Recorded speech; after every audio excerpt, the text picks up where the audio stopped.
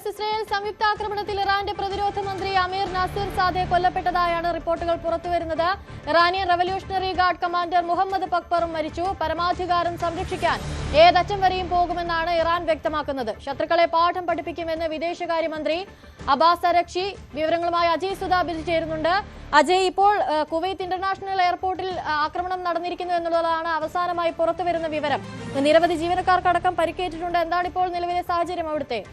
തീർച്ചയായിട്ടും ഒരു ആശങ്കപ്പെടേണ്ട സാഹചര്യം തന്നെയാണ് ഇപ്പോൾ നിലവിൽ കുവൈറ്റിൽ നിന്നുള്ള റിപ്പോർട്ടുകളാണ് നമുക്ക് ഏറ്റവും പുതുതായിട്ട് ലഭിക്കുന്നത്. കുവൈറ്റ് അന്താരാഷ്ട്ര വിമാനത്താവളത്തിലാണ് ഒരു ഡ്രോൺ ആക്രമണം ഉണ്ടായതായിട്ട് റിപ്പോർട്ടുകൾ സൂചിപ്പിക്കുന്നത്. ഈ ഡ്രോൺ ആക്രമണത്തിൽ അവിടുത്തെ പാസഞ്ചർ സെൻറ്റർ ബിൽഡിങ്ങിന് ചെറിയ രീതിയിലുള്ള നാശനഷ്ടങ്ങൾ സംഭവിച്ചിട്ടുണ്ട്. അതുപോലെ തന്നെ ഒരു ജീവനക്കാരനും കൊല്ലപ്പെട്ടതായിട്ടുള്ള റിപ്പോർട്ടുകളുണ്ട്.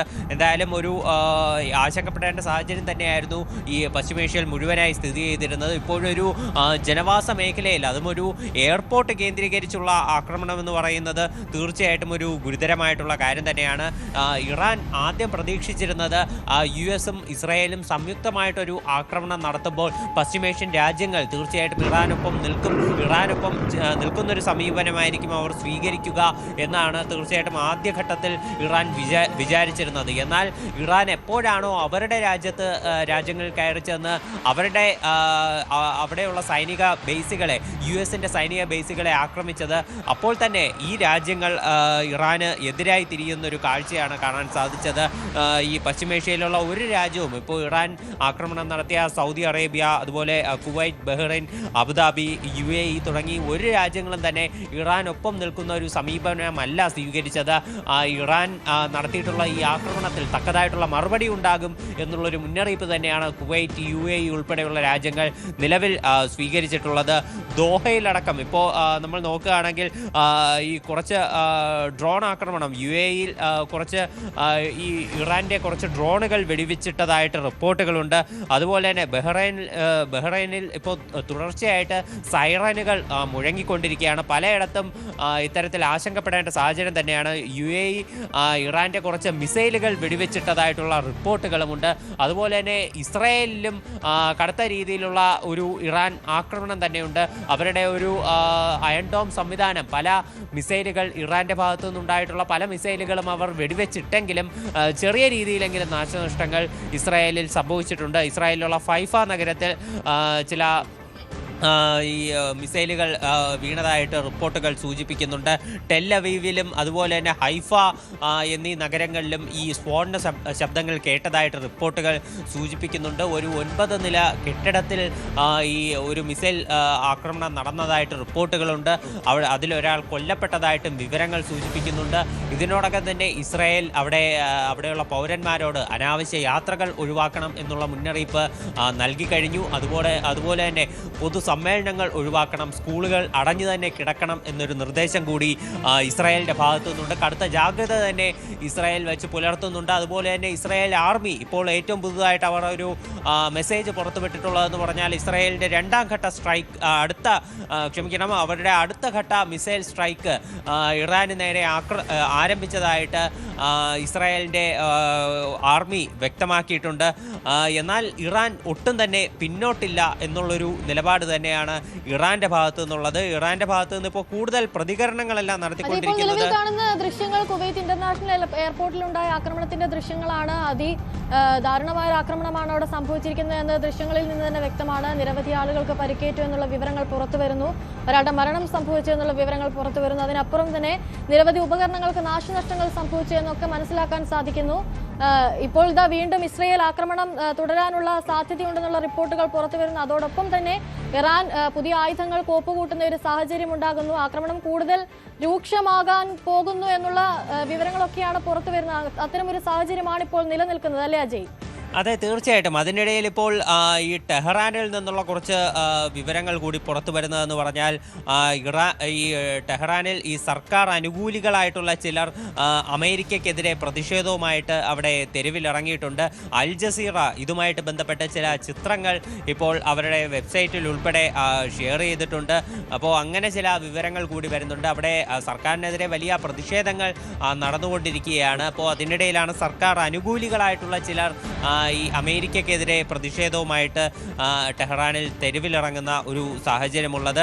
ഇത്തരം കാര്യങ്ങൾ അത് തീർച്ചയായിട്ടും ഇറാൻ ഈ ഒരു സാഹചര്യത്തിൽ അത് കൂടുതൽ അവിടുത്തെ സർക്കാർ മേഖലകൾ കേന്ദ്രീകരിച്ച് തന്നെ കൂടുതൽ പ്രചരിപ്പിക്കാൻ ശ്രമിച്ചുകൊണ്ടിരിക്കുകയാണ്. ഇത്തരത്തിൽ ഇറാനിൽ ജനങ്ങൾ സന്തുഷ്ടരാണ് എന്നുള്ള ഒരു കാര്യങ്ങൾ അത് ഇപ്പോൾ ട്രംപ് ഉൾപ്പെടെ ഇതിനു മുൻപേ എടുത്തു സൂചിപ്പിച്ചൊരു കാര്യം, ഇറാനിൽ ഉള്ള ഒരു ജനങ്ങൾ അത് തീർച്ചയായിട്ടും അത് മുന്നിട്ടിറങ്ങണം, ഇറാനിലെ ജനത ധൈര്യം കാണിക്കണം, ഭരണകൂടത്തിൽ നിന്നൊരു മോചനം ജനങ്ങൾ നേടിയെടുക്കണം എന്നുള്ള തരത്തിലുള്ള പ്രസ്താവനകളെല്ലാം ട്രംപിൻ്റെ ഭാഗത്തു നിന്നുണ്ടായിരുന്നു. അപ്പോൾ ഇതിനൊരു മറുപടി എന്നോണം ഇത്തരം കാര്യങ്ങൾ അത് തീർച്ചയായിട്ടും ഒരു പ്രചരിപ്പിക്കാൻ തന്നെയാണ് അവിടുത്തെ വിദേശകാര്യ മന്ത്രാലയം, ഇറാനിലെ വിദേശകാര്യ മന്ത്രാലയം കൂടുതലായിട്ടും ശ്രമിക്കുന്നത്. അബ്ബാസ് അരക്ചിയുടെ ഭാഗത്തു നിന്ന് തന്നെയാണ് പ്രധാനമായിട്ടും ഒരു പ്രതികരണങ്ങൾ വരുന്നത്. അദ്ദേഹം പറയുന്നത് ശത്രുക്കളെ കൃത്യമായ പാഠം പഠിപ്പിക്കും എന്ന് തന്നെയാണ് അബ്ബാസ് അരക്ചി പറഞ്ഞത്. ഈ മേഖലയിലുള്ള US-ന്റെ എല്ലാ കേന്ദ്രങ്ങളെയും നശിപ്പിക്കും എന്നുള്ള തരത്തിലുള്ള വാദങ്ങളൊക്കെയാണ് അദ്ദേഹം പറഞ്ഞത്. ഇപ്പോൾ അതിനിടയിലാണ് ഈ ഒരു സാധാരണ ആദ്യം ഈ സൈനിക കേന്ദ്രങ്ങൾ കേന്ദ്രീകരിച്ചായിരുന്നു ആക്രമണമെങ്കിൽ ഇപ്പോൾ ജനവാസ മേഖലകൾ കേന്ദ്രീകരിച്ചുകൂടി ഇറാന്റെ ഭാഗത്തു നിന്നുള്ള ആക്രമണങ്ങൾ നടക്കുന്നു. അതിലൊന്നാണ് കുവൈറ്റ് അന്താരാഷ്ട്ര വിമാനത്താവളത്തിലുള്ള ഈ ആക്രമണം എന്ന് പറയുന്നത്. നിലവിലൊരു ജീവനക്കാരന് പരിക്കേറ്റു, അതുപോലെ തന്നെ ചില അവിടെ നാശനഷ്ടങ്ങൾ സംഭവിച്ചു എന്നുള്ള ചില റിപ്പോർട്ടുകളെല്ലാമാണ് വരുന്നത്. മറ്റ് കൂടുതൽ മരണങ്ങൾ അല്ലെങ്കിൽ മറ്റ് അനിഷ്ട സംഭവങ്ങൾ റിപ്പോർട്ട് ചെയ്തതായിട്ട് നിലവിൽ പ്രാഥമിക ഘട്ടത്തിൽ നമുക്ക് വിവരങ്ങൾ ലഭിക്കുന്നില്ല. ഉടൻ തന്നെ ഇതിൻ്റെ വിശദാംശങ്ങൾ വന്നേക്കും എന്ന് തന്നെയാണ് പ്രതീക്ഷിക്കുന്നത്. അതുപോലെ തന്നെ മറ്റ് ചില പ്രധാനപ്പെട്ട കാര്യങ്ങളെന്ന് പറഞ്ഞാൽ ഈ ഇറാൻ്റെ പ്രവിശ്യകളിലും തക്കതായിട്ടുള്ള തിരിച്ചടികൾ അവർ ഇപ്പോൾ നേരിടുന്നുണ്ട്. ഇറാനിൽ മൊത്തം ഉള്ള 32 പ്രവിശ്യകളിൽ 20 പ്രവിശ്യകളിലും നിലവിൽ ആക്രമണം നടന്നതായിട്ടാണ് വിവരം ലഭിക്കുന്നത്. ഇറാന്റെ പല മുതിർന്ന ഉദ്യോഗസ്ഥരും ഈ ആക്രമണങ്ങളിൽ കൊല്ലപ്പെട്ടു. എന്നാൽ ഇറാന്റെ വിദേശകാര്യ മന്ത്രിയായിട്ടുള്ള അബ്ബാസ് അരക്ചി വ്യക്തമാക്കുന്ന കാര്യം, ചില കമാൻഡർമാർ കൊല്ലപ്പെട്ടെന്ന് കരുതി ഞങ്ങൾക്കൊന്നും സംഭവിക്കാൻ പോകുന്നില്ല, ഈ ആക്രമണം അത് കൂടുതൽ ശക്തമായി തുടരും എന്ന് തന്നെയാണ് അദ്ദേഹം പറഞ്ഞിട്ടുള്ളത്. അദ്ദേഹത്തിൻ്റെ പ്രസ്താവന അദ്ദേഹം ട്വിറ്റർ വഴി വ്യക്തമാക്കിയിട്ടുള്ളത്, we may have lost a few commanders but that's not such a big problem എന്ന് തന്നെയാണ് അദ്ദേഹം പറഞ്ഞിട്ടുള്ളത്. ഈ ഒരു ആക്രമണങ്ങളുടെ പശ്ചാത്തലത്തിൽ UN നാഷണൽ സെക്യൂരിറ്റി കൗൺസിലിൻ്റെ യോഗവും ഉടൻ ചേരുമെന്നുള്ള വിവരം കൂടി നമുക്ക് ഈ ഘട്ടത്തിൽ ലഭിക്കുന്നുണ്ട്. ഈ നിലവിലുള്ള സാഹചര്യത്തിൽ അത് പല അന്താരാഷ്ട്ര മാധ്യമങ്ങളും അതുപോലെ തന്നെ പല രാജ്യങ്ങളും ഈ ആശങ്കകൾ രേഖപ്പെടുത്തിക്കൊണ്ട് രംഗത്തെത്തിയിട്ടുണ്ട്. UK, ഫ്രാൻസ്, ജർമ്മനി തുടങ്ങിയിട്ടുള്ള യൂറോപ്യൻ രാജ്യങ്ങളും ഈ മേഖലയിലെ സ്ഥിതിഗതികൾ അതിൽ ആശങ്ക രേഖപ്പെടുത്തിക്കൊണ്ട് രംഗത്തെത്തിയിരുന്നു. UK-യുടെ ഒരു നിലപാടെന്ന് പറയുന്നത് ഇറാൻ ആണവായുധങ്ങൾ കൈവശം വയ്ക്കാൻ പാടില്ല, അത് അവരെ നിരായുധീകരിക്കണം എന്നുള്ള ഒരു നിലപാട് തന്നെയാണ് UK സ്വീകരിച്ചിരിക്കുന്നത്. എന്നാൽ മേഖലയിലുള്ള സ്ഥിതിഗതികൾ അവർ ആശങ്കയും പറയുന്നുണ്ട്. ചൈന ഒരു പ്രസ്താവനയുമായി രംഗത്തെത്തിയിട്ടുണ്ട്. ഇതിനു മുൻപേ റഷ്യയുടെ ഭാഗത്തു നിന്നുള്ള ഒരു പ്രസ്താവന നമ്മൾ കണ്ടിരുന്നു. റഷ്യ പൂർണ്ണമായിട്ടും ഈ ഇസ്രായേലിൻ്റെയും പിന്നെ അതുപോലെ US-ൻ്റെയും അറ്റാക്കുകളെ അപലപിക്കുകയാണ്. ചൈനയുടെ ഭാഗത്തു നിന്ന് വരുന്നൊരു പ്രതികരണം എന്ന് പറയുന്നത് മേഖലയിലെ സംഘർഷങ്ങൾ അത് ആശങ്കയുണ്ടാക്കുന്ന ഒരു കാര്യമാണ്, അത് തുടർ ചർച്ചകൾ നടത്തി മേഖലയെ സമാധാനത്തിലേക്ക് കൊണ്ടുവരണം എന്ന് ചൈന പറയുന്നുണ്ട്. അതുപോലെ തന്നെ ചൈന എടുത്തു സൂചിപ്പിക്കുന്ന മറ്റൊരു കാര്യമെന്ന് പറയുന്നത് ഇറാന് അവരുടെ പരമാധികാരം സംരക്ഷിക്കാനുള്ള പൂർണ്ണമായിട്ടുള്ള അവകാശങ്ങളുണ്ട് എന്ന് അവർ വ്യക്തമാക്കുന്നു. അതുപോലെ തന്നെ ഇറാനിലുള്ള നിരവധി സൈനിക കേന്ദ്രങ്ങൾക്ക് നേരെ നിലവിൽ ആക്രമണങ്ങൾ നടന്നതായിട്ടുള്ള റിപ്പോർട്ടുകളുണ്ട്. ഈ ഖത്തറിലെ ദോഹ കേന്ദ്രീകരിച്ച് നിരവധി മിസൈലുകൾ ഇതിനോടകം തന്നെ അവർ ഇൻ്റർസെപ്റ്റ് ചെയ്തിട്ടുണ്ട്. അതെല്ലാം വെടിവെച്ചിട്ടതായിട്ടാണ് വിവരം. UAE-യിലും കുറച്ച് മിസൈലുകൾ, ഈ ഇറാൻ്റെ ഭാഗത്തു നിന്നുള്ള മിസൈലുകൾ അവർ വെടിവെച്ചിട്ടിരുന്നു. ചില മിസൈലുകളെങ്കിലും പ്രതിരോധിക്കാൻ സാധിക്കാതെ പോയി. അതിൽ ഒന്നാണ് ഇത്തരത്തിൽ ഖത്തർ അന്താരാഷ്ട്ര വിമാനത്താവളത്തിൽ വന്ന് വീഴുകയും അവിടെ നാശനഷ്ടങ്ങൾ ഉണ്ടാവുകയും ചെയ്തത്. ഈ ഒരു ഡ്രോൺ ആക്രമണമാണ് ഈ എയർപോർട്ട് കേന്ദ്രീകരിച്ചുണ്ടായതായിട്ട് നമുക്കിപ്പോൾ അറിയാൻ സാധിച്ചിട്ടുള്ളത്. ഇറാൻ്റെ ഭാഗത്തു നിന്ന് അവർക്കുള്ള വലിയൊരു നഷ്ടമെന്ന് പറയുന്നത് അവരുടെ മന്ത്രിയായിട്ടുള്ള ആമിർ നാസിർ സാദെ കൊല്ലപ്പെട്ടു എന്ന് പറയുന്ന വിവരമാണ്. അതുപോലെ തന്നെ അവരുടെ ഒരു അവരുടെ ഒരു ഇറാനിയൻ റവല്യൂഷണറി ഗാർഡിൻ്റെ കമാൻഡറായിട്ടുള്ള മുഹമ്മദ് പക്പർ അദ്ദേഹം കൊല്ലപ്പെട്ടതായിട്ടുള്ള വിവരങ്ങളുണ്ട്. ഈ ഇറാനിയൻ റവല്യൂഷണറി ഗാർഡിൻ്റെ മുൻ കമാൻഡറായിട്ടുള്ള അലി ഷംഖാനിയും കൊല്ലപ്പെട്ടതായിട്ടുള്ള വിവരങ്ങൾ നമുക്ക് വരുന്നുണ്ട്.